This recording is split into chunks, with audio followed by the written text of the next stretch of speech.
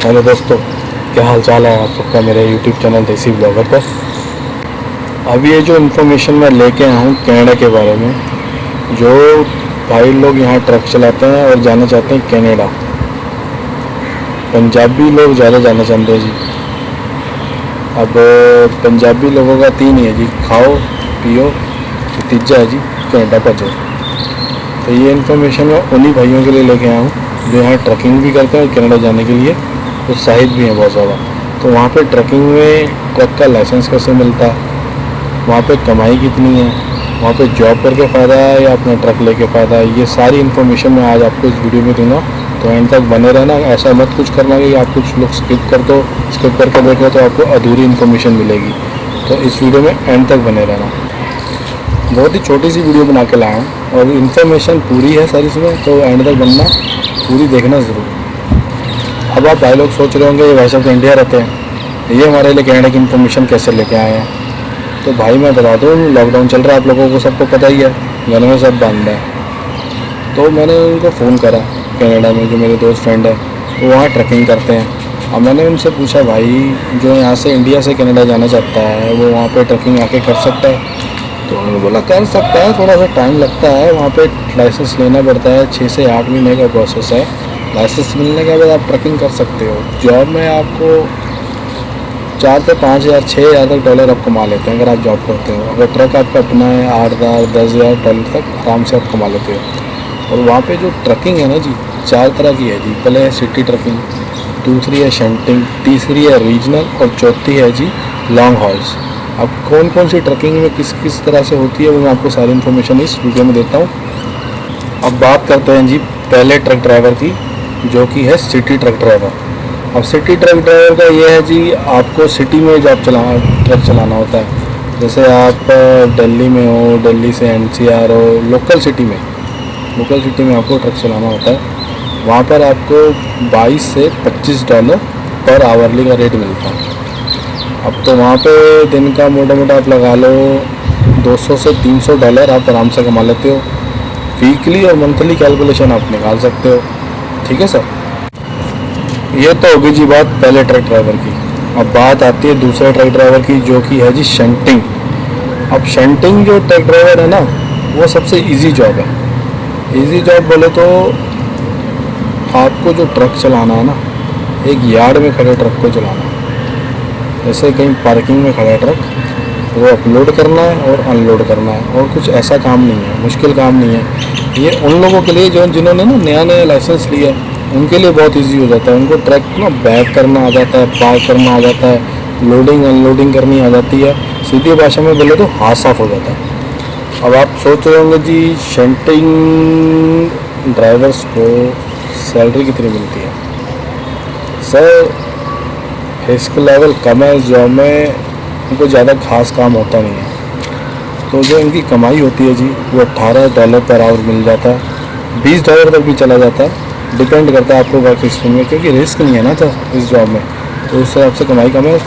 आपको ट्रक चलाना ना आराम से आ जाएगा इसमें, तो इजी जॉब है, आप आराम से आके हाथ साफ आराम से कर सकते हो। अब तीसरा आ जाता है जी आपका रीजनल ट्रक में आपको ना लोकल सिटीज़ में चलना होता है।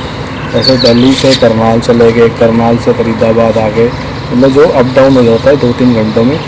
तो इसमें भी ना आपको जो सैलरी मिलती है 22 से 22 डॉलर मिल जाती है। और अलग से चार्जेस अलग मिल जाता है। जैसे कोई आपको पिकअप चार्जेस, कोई अलग से डिलीवरी मिलेगी ना बीच में, तो उसके अलग चार्जेस है। 25 डॉलर पर पार्सल डिलीवरी का राज्य आपको मिल जाता है।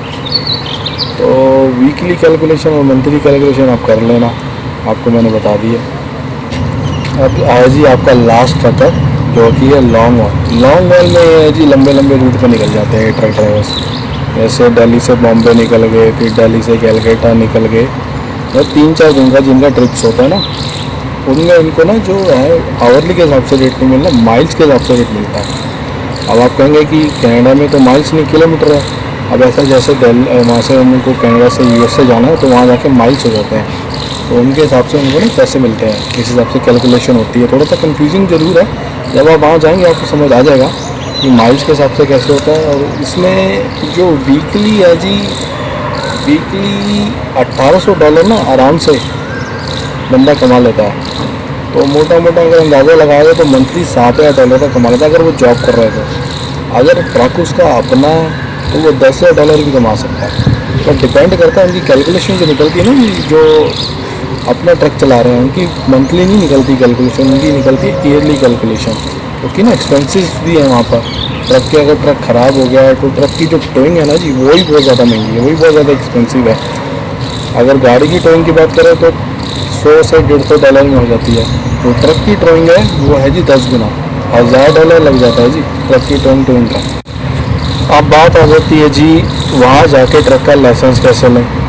अगर आपके पास इंडिया में ट्रक का लाइसेंस है तो आपको अपनी लोकल सिटी में जाके डीटीओ से या आरटीओ से जाकर एक ड्राइविंग एब्स्ट्रैक्ट बनवाना पड़ता है। वो ड्राइविंग एब्स्ट्रैक्ट इसलिए चलता है जी, वहाँ की जो कनाडा की गवर्नमेंट है ना जी, वो देखना चाहती है कि आपने यहाँ इंडिया में आपका ड्राइविंग रिकॉर्ड्स कैसा है, आपने कोई एक्सीडेंट करके कोई बड़ा क्लेम तो नहीं दिया। तो ये ड्राइविंग एब्स्ट्रैक्ट ना वहाँ पे इसलिए काम आता है कि आपको वहाँ जाके इजीली ड्राइविंग का लाइसेंस मिल जाए। अब आ जाती है बात PCC। PCC है आपका पुलिस क्लियरेंस सर्टिफिकेट। और पुलिस क्लियरेंस सर्टिफिकेट इसलिए चाहिए होता है कोई आपका क्रिमिनल रिकॉर्ड तो नहीं है। और अगर आपने किसी और कंट्री में भी अगर 6 महीने से ज़्यादा टाइम लगाया ना तो वहाँ का भी PCC चाहिए होगा। जैसे हम हांगकांग गए हैं, चाइना गए हैं, सिंगापुर गए हैं, तो वहाँ का PCC आपको रिक्वायरमेंट ज़रूर होगा, वो लेकर ज़रूर जाना। बात आ जाती है जी लाइसेंस में खर्चा कितना आ जाएगा वहाँ पर।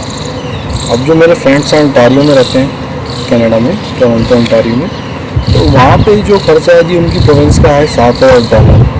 अब $7,000 इंडिया के हिसाब से लगा लो तो 5 लाख रुपये हो जाता है मोटा मोटा। अब कई प्रोविंस में फ्री भी है क्योंकि वहाँ ड्राइवर्स की शॉर्टेज बहुत ज़्यादा है, तो वो फ्री में आपको सारा एक्सपेंस जितना भी आएगा आपके वो करती है। लेकिन उसमें एक कंडीशन है, कंडीशन ये है कि आपको उनके साथ 2 साल तक काम करना होता है। अगर मान लीजिए आपका मन नहीं है वहाँ पे सिटी में रहने का, तो आपके ऊपर जो उन्होंने खर्चा करा आपकी ड्राइविंग के ऊपर, आपके लाइसेंस के ऊपर, वो आपको उनको पे करना होगा। जैसे मान लीजिए आप 1 साल से पहले निकल रहे हैं वहाँ से, तो मान लीजिए $6,000-7,000 जितना भी उन्होंने लगाया वो आपको उनको रिटर्न करना होगा, तो आप वहाँ से मूव ऑन कर सकते हो किसी और सिटी में। अगर वीडियो आपको अच्छी लगी हो तो कमेंट सेक्शन में बताना ज़रूर कि आपको वीडियो कैसी लगी है। अगर कोई आपको इन्फॉर्मेशन भी चाहिए तो कमेंट सेक्शन में लिखना ज़रूर, और रिक्वेस्ट है आपसे शेयर कर देना और लाइक ज़रूर कर देना।